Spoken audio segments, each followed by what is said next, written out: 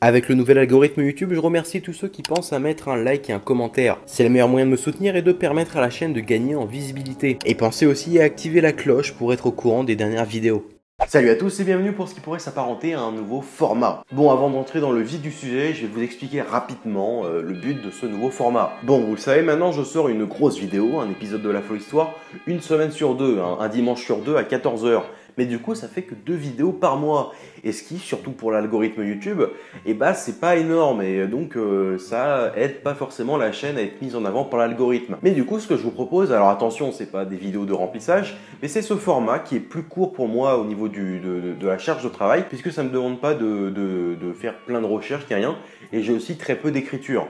C'est l'avantage. Donc concrètement, le but de ces vidéos sera de revenir sur pourquoi pas d'anciennes vidéos, vous apporter des news autour de la chaîne, ou bien parler d'actualités, de découvertes historiques récentes. Mais attention, ça ne veut pas dire que maintenant il y aura une vidéo par semaine. Non, on reste à un dimanche sur deux pour les grosses vidéos, les épisodes de La Folle Histoire, donc vraiment les vidéos standards, j'ai envie de dire. Et de temps en temps, pas tout le temps, je pourrais placer une vidéo vlog comme ça qui est assez rapide pour moi à faire, entre ces 2 semaines de vide en fait. Donc on commence tout de suite avec aujourd'hui, je souhaite revenir sur ma vidéo qui a dû sortir il y a 3 semaines normalement, sur la supposée fuite d'Adolf Hitler en Amérique du Sud. En effet, on m'a fait remarquer, et du coup j'en profite d'ailleurs pour remercier tous ceux qui m'ont fait les remarques, et il y en a qui ont été très bienveillants, c'était très cool, du coup ça m'a permis d'apprendre de nouvelles choses et aussi de me corriger.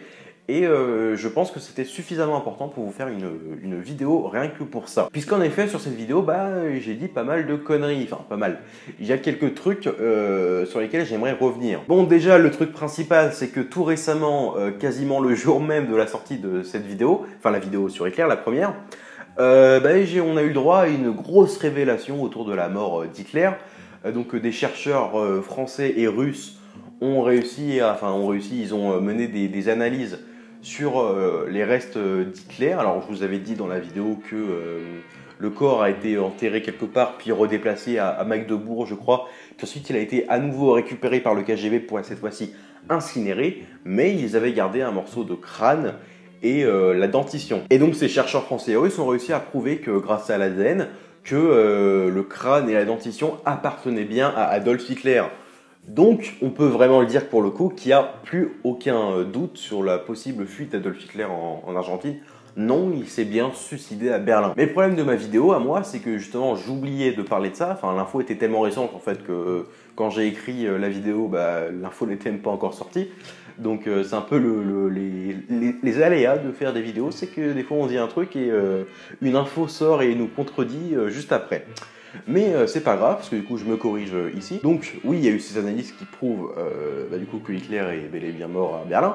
Donc ma vidéo sur Hitler, alors elle ne raconte pas que des conneries, attention, mais disons que je parle de théories qui du coup sont maintenant considérées comme fausses. Mais le point sur lequel je voulais absolument revenir dans cette vidéo, c'est la conclusion. La conclusion que j'ai dit à la fin, que maintenant on ne peut plus dire avec certitude que oui, Hitler est mort à Berlin. Ça a été une énorme connerie, ça je m'en veux et je m'en excuse, puisque on peut non.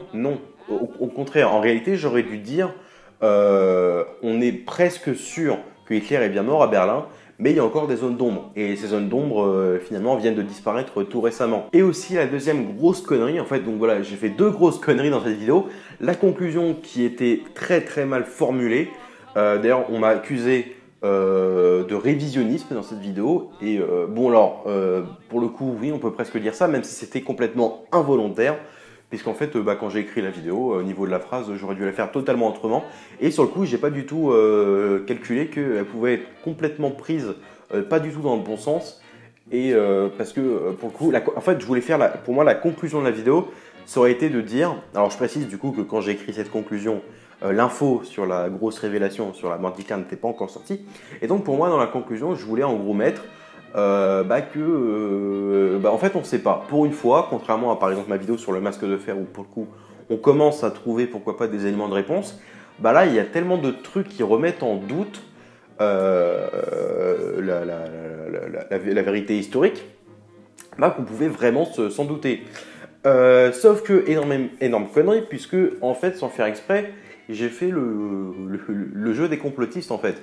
C'est-à-dire que dans la tête d'un complotiste, généralement, plusieurs petites preuves de merde en fait, enfin plusieurs petites preuves très bancales, assemblées ensemble font une seule et même preuve cohérente, complète et plausible. Sauf que non, pas du tout. Additionner plusieurs preuves bancales ne fera pas une seule et même preuve solide. Et ce que j'ai fait, j'ai fait ça en fait. J'ai additionné plusieurs théories, plusieurs témoignages ensemble, et ensuite j'ai rassemblé en disant que finalement ça nous mettait le doute. Alors que non, en fait, d'un côté il y a un témoignage d'un pecno au fin fond de l'Amérique du Sud, d'un côté il y a un escroc qui a écrit ça pour essayer de vendre des bouquins. Donc au final, non, on peut pas du tout dire ça. Donc la première grosse connerie, c'était la conclusion, mais aussi deuxième grosse connerie, et là pour le coup c'est là où je m'en veux vraiment parce que j'ai été très, pas naïf, mais j'ai pas fait gaffe.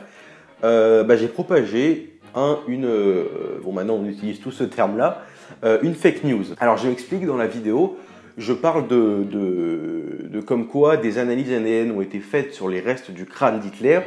J'ai pas parlé de la dentition, j'ai parlé uniquement du crâne, et ces analyses auraient révélé que en fait le crâne il appartenait à une femme entre 30 et 45 ans je crois, enfin je sais plus exactement ce que j'ai dit, mais qu'en gros le crâne appartenait à une femme. Or, c'est une fake news. C'est une rumeur qui a été répandue sur internet, une rumeur qui justement avait pour but de prouver que les restes d'Hitler que disposait le FSB, enfin le FSB c'est le nouveau nom pour le KGB, donc c'est les services secrets russes, comme quoi le crâne qu'il disposait n'était pas celui d'Hitler. Ça a été démenti pas mal de fois, et moi j'ai pas du tout fait gaffe à ça, et j'ai repris cette info dans la vidéo en vous balançant que en plus de ça, il y avait des analyses ADN. En plus, j'ai carrément balancé des analyses ADN, donc c'est vraiment un truc scientifique concret, c'est pas juste un témoignage, quelqu'un l'a aperçu quelque part.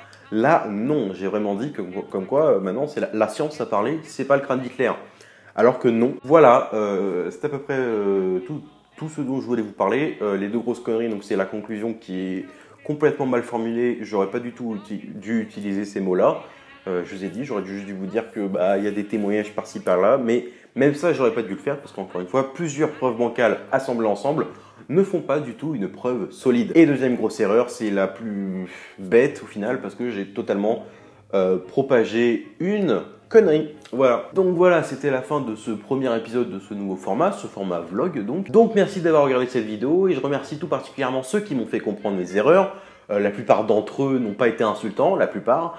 Ils ont été très bienveillants et certains m'ont redirigé vers des liens, des articles et tout ça qui en parlaient.